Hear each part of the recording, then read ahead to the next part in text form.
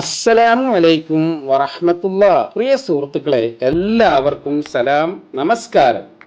നമ്മൾ ആരും തന്നെ ഈ ലോകത്തും പരലോകത്തും ഇത്ര വലിയ ദരിദ്രപാപ്പരൻ ആകാതിരിക്കട്ടെ എന്ന പ്രാർത്ഥനയോടുകൂടി നമുക്കിന്നത്തെ ഈ വീഡിയോ തുടങ്ങാം. ആരായിരിക്കും ഈ ഹതഭാഗ്യവാനായ ദരിദ്രപാപ്പരൻ എന്നായിരിക്കും നമ്മുടെ ഓരോരുത്തരുടെയും മനസ്സിലിപ്പോൾ, അല്ലെ?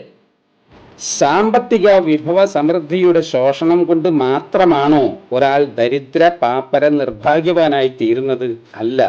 അല്ല കേട്ടോ. നമുക്കിന്ന് പ്രവാചകൻ മുഹമ്മദ് നബി സല്ലല്ലാഹു അലൈഹി വസല്ലമയുടെ ഈ തിരുമൊഴി ഒന്ന് കേട്ടുനോക്കാം. നബി ഹുറൈറത റളിയല്ലാഹു അൻഹു അന്ന റസൂലല്ലാഹി സ്വല്ലല്ലാഹു അലൈഹി വസല്ലം ഖാൽ. അബൂ ഹുറൈറ റളിയല്ലാഹു അൻഹുവിൽ നിന്നും നിവേദനം, തീർച്ചയായും മുഹമ്മദ് നബി സല്ലല്ലാഹു അലൈഹി വസല്ലം തൻ്റെ സഹാബാക്കളോട് ചോദിച്ചു, അതദറൂന മൽ മുഫ്ലിസ്, ദരിദ്ര പാപ്പരനായവൻ ആരാണെന്ന് നിങ്ങൾക്കറിയാമോ? ഈ ചോദ്യത്തിനിപ്പോൾ നമ്മളാണ് മറുപടി പറയുന്നതെങ്കിലും ഇങ്ങനെയേ പറയൂ. സ്വാഭാവികമായും ആ സഹാബാക്കളും മറുപടി പറഞ്ഞത് എന്താണെന്ന് നോക്കാം. ഖാലു അൽ മുഫ്ലിസു ഫീന മൻ ലാ ദിർഹമ ലഹു വലാ മതാഅ. അവർ അഥവാ മുഹമ്മദ് നബി സല്ലല്ലാഹു അലൈഹി വസല്ലമയുടെ സഹാബാക്കൾ പറഞ്ഞു, സ്വത്തും ജീവിതമാർഗവും ഇല്ലാത്തവനാരോ അവനാണ് ഞങ്ങളിലെ പാപ്പരൻ.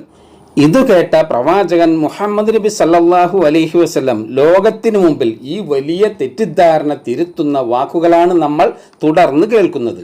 ഫഖാൽ ഇന്നൽ മുഫ്ലിസ മിൻ ഉമ്മത്തി. അപ്പോൾ മുഹമ്മദ് നബി സല്ലല്ലാഹു അലൈഹി വസല്ലം അരുൾ ചെയ്തു, നിശ്ചയം എൻ്റെ സമുദായത്തിലെ ദരിദ്ര പാപ്പരനായവൻ.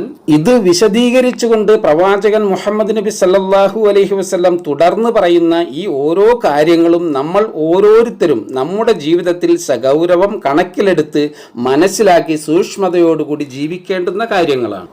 തിരുനബി സല്ലല്ലാഹു അലൈഹി വസല്ലം അരുൾ ചെയ്തു, യഅതി യൗമൽ ഖിയാമത്തി ബിസ്വലാത്തിൻ വസിയാമിൻ വസകാത്ത്.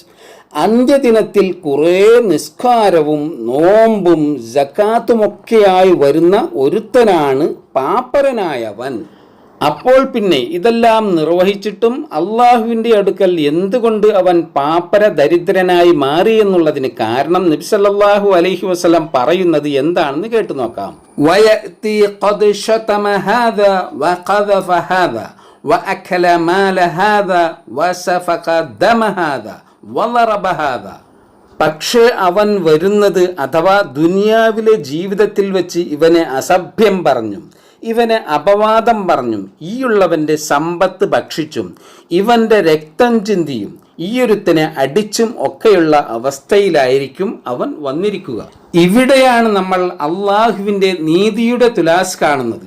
ഫയുഅത ഹാദാ മിൻ ഹസനാതിഹി വഹാദാ മിൻ ഹസനാതിഹി. അങ്ങനെ ഇവനുമൊക്കെ അതിന് പകരമായിട്ട് അവൻ്റെ അഥവാ ആരാധനകൾ ചെയ്തിട്ടുണ്ടായിരുന്നവൻ്റെ നന്മയിൽ നിന്ന് എടുത്ത് അവന് നൽകപ്പെടും.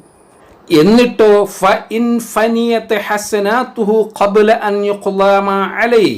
എന്നിട്ടും അവന് പകരം കൊടുത്തു വീട്ടാൻ ബാധ്യതയായത് പൂർത്തിയാക്കുന്നതിന് മുമ്പ് അവൻ്റെ നന്മകൾ തീർന്നു പോയാൽ എന്തു ചെയ്യും? അങ്ങനെ വരുമ്പോൾ ഉഖിദ മിൻ ഖതായാഹും ഫതുരിഹത് അലൈഹി.